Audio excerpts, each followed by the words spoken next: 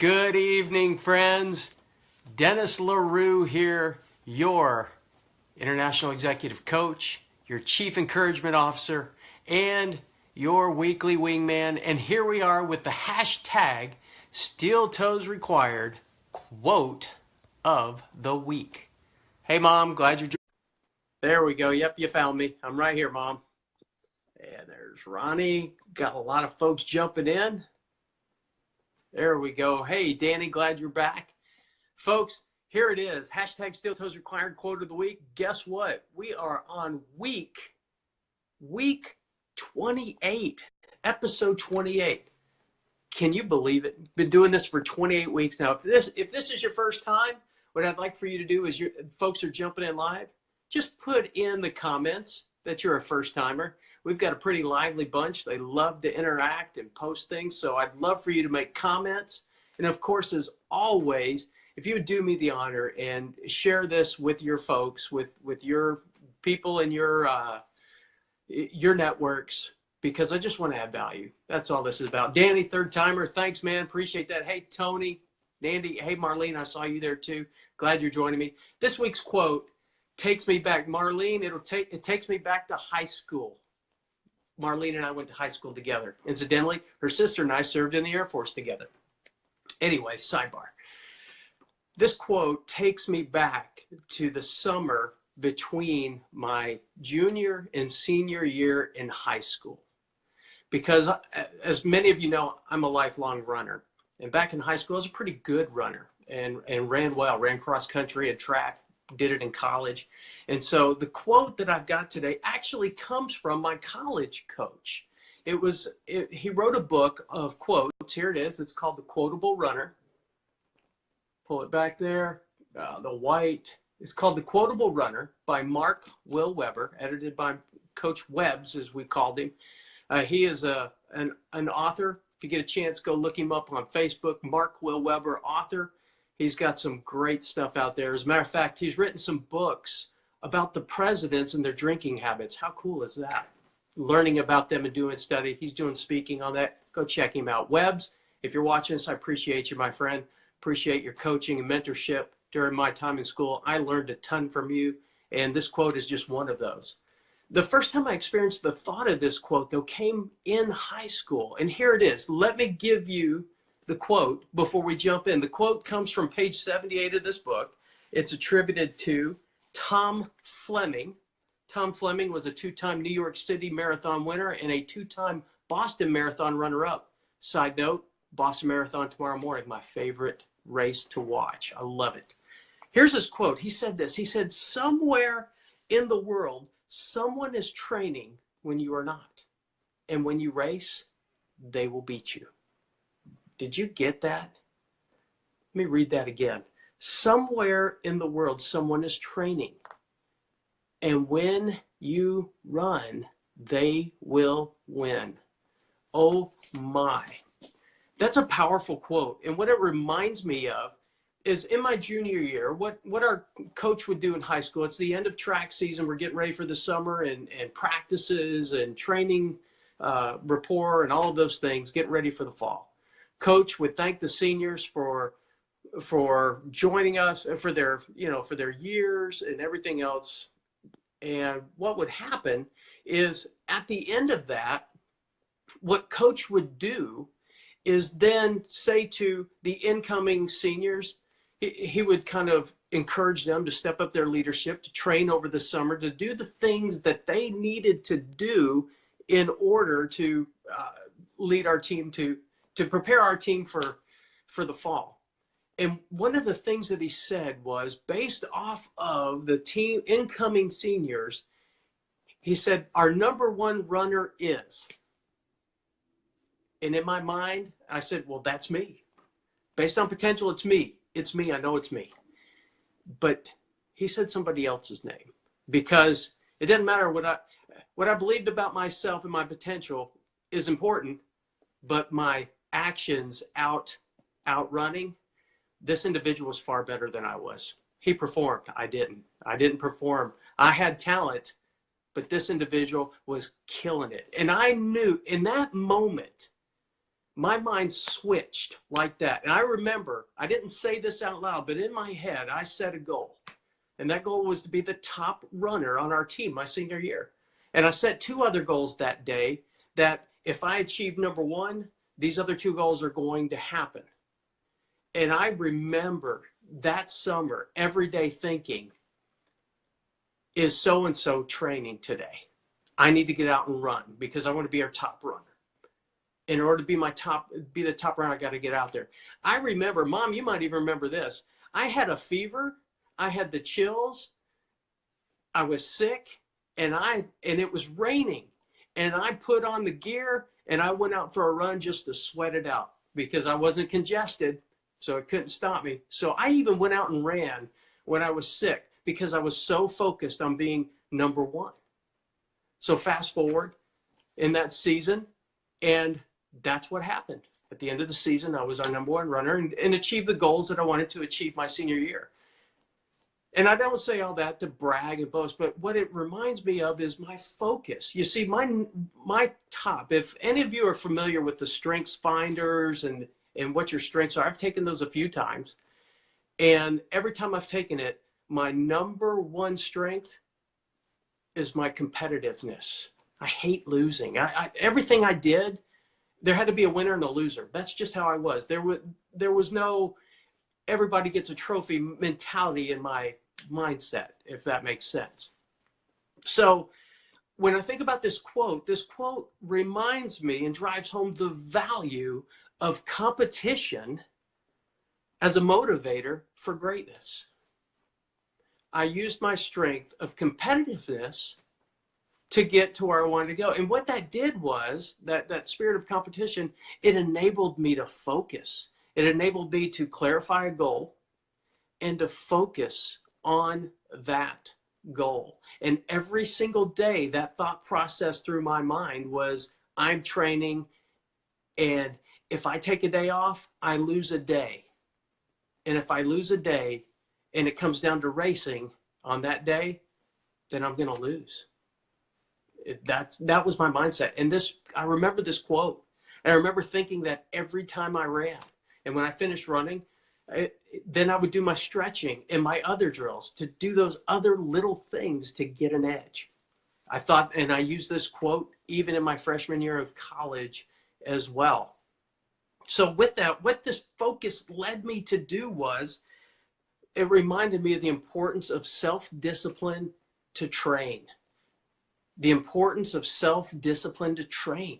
You see, without the self-discipline to train, you're never going to be great at anything. Think about it. All of us have talent somewhere. All of us do. What's up, Nathan Cook? Woo, brother, glad you're here. Get this. You got to have self-discipline to train. You see, that awareness that I shared with you in my story, that awareness of wanting to be the top runner my senior year, if I didn't actually go out that summer and train and put in the miles, put in the effort, run through the rain, run through the heat and everything else, when it came to race time, my senior year, what am I laying why do you think I would win? Talent wins some races, but talent alone will not win all the races. It just won't. It just won't. Think about it this way. An enemy you need to watch out for is your talent, because it is tempting to rely on your talent alone. And when you rely on talent alone, what talent does is talent gets you in the race. Talent keeps you in the race.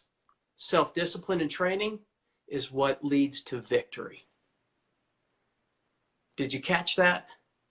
Talent alone gets you in the race, and it keeps you in the race. But it's the self-discipline, it's the training, it's the focus, it's the behind the scenes that leads you to greatness and leads you to victory. And when that happens, think about this. Maybe some of you right now are, hey, I'm already at the top of my game. People are now after me. Maybe that's some of you. And I hope so. And that reminds me of The Far Side, one of my favorite comics. There's two deer standing in the woods talking to each other. One of them has what looks like a bullseye target right in the middle of his chest. And the other one looks at him and says, bummer of a birthmark, eh, Hal? That target, it invites others to shoot at you, okay? In this case. If you're out in front in a race, if you're out in front in your business, if you're out in front in whatever it is you're trying to do, then don't be surprised when people are throwing knives at your back and trying to kick you in the butt. You're out in front. You're the target. Stay out in front and win the race. The discipline, the self-discipline, the training, the behind-the-scenes focus is why you're out in front. So stay there. Danny, that's right. Far Side is the greatest. I absolutely love The Far Side. Oh, there's so much good stuff in there. But do you see what I mean here? Are you catching me? Do you understand? Now, maybe some of you are like, well, I'm not competitive. We all have a little bit of a competitor in us. If you have siblings, brothers and sisters, do you like to lose to them? What about parents? Maybe you're playing games with your parents. Do you like to lose to them? I think you like to win. There's a little bit of competitiveness in all of us. Maybe at work, maybe you're an employee and you want a promotion. Well, that's competitive. You have to be competitive. What are you going to do to get that promotion, to stand out? What are the little things? You see, talent gets you into the race. Talent gets you a spot in position to win, but it's your self-discipline. It's your training that gets you to the finish line to win the race. So what is that for you for promotion? Or maybe you're in sales. If you're in sales, sales is competitive. What are you going to do to stand out above your competition? Who's training in sales today? For those of you that are realtors, I was talking to my mom today about this. Open houses, doing the little things to stand out to potential buyers and sellers. What are those little things behind the scenes that nobody else is doing that sets you apart, that are disciplines? Maybe it's writing a letter, whatever that is. But the bottom line for me here today is talent alone is not enough for you to achieve greatness. It gets you at the start. It's what you do behind the scenes. I've talked about it for the last few weeks, the rule of 5. What's your rule of 5 that you need to do every single day, that when the time comes for you to race whoever your competition is, you're going to beat them because you did your rule of 5 behind the scenes every day to set you apart?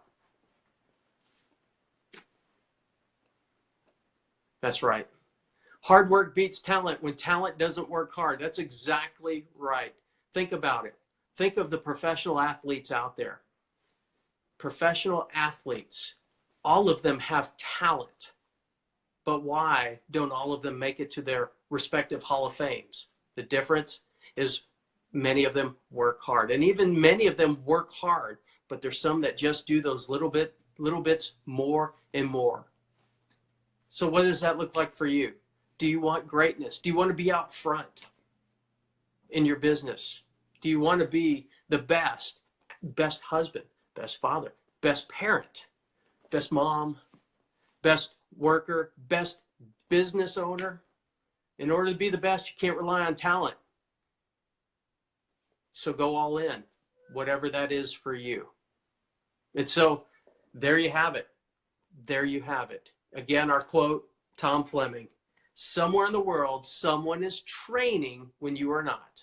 And when you race, they will win. From the great runner Tom Fleming, quoted from my college coach, Mark Will Weber, in his book, The Quotable Runner. Coach Webbs, again, thank you. Thank you for this book. And I appreciate all of you. I hope this added value to you today. And before we close, your action steps for this week, here they are. Here they are. Again, rule of 5. If you don't have a rule of 5, get a rule of 5. And if you're not sure what the rule of 5 is, then go back to episode 27 and episode 26. 26 especially, we'll talk more about the rule of 5. And also, I want you to think about this. How do you handle your wins? How do you handle your wins? And how do you handle your losses? When you win in your business or athletically, what are those things that you can rinse and repeat, as I hear many say? What are those things that you can rinse and repeat so you can continue on the process of winning? Think about that. That's your action step this week. Identify areas where you have wins. Examine the past wins, not all the losses. Go back to the wins, especially consistent wins, consecutive wins. What was it? What were the things that you were doing that led to those wins? And rinse and repeat. Hey, Shane, glad you're watching. So there it is. There you have it. So as we get ready to close again, if this added value to you, would you share this when we're done here? Just hit share, send it to your friends. I appreciate that. Trying to reach 1 million people. That's a lot. That's a big goal. Trying to reach 1 million people with this. #SteelToesRequired. And now, time for the blessing. I pray the blessing of bread that you would know no hunger. I pray the blessing of salt that your life would be flavorful and you would be flavorful to others. And the blessing of wine, that joy and prosperity would be yours, and that the love of God would be your portion today and forevermore. Thanks for joining me. I will post a worksheet in here for you so you can have some action steps and fill in the blanks to add value to you. And also, I'm going to be starting a blog. That's right. I'm going blogging. So if you do me the honor, if you would like to be a part of that blog, would you email me at info@dennislarue.org. That's info@dennislarue.org. Thank you so much for joining me. We will see you next week on the #SteelToesRequired quote of the week. Have a great week, everyone.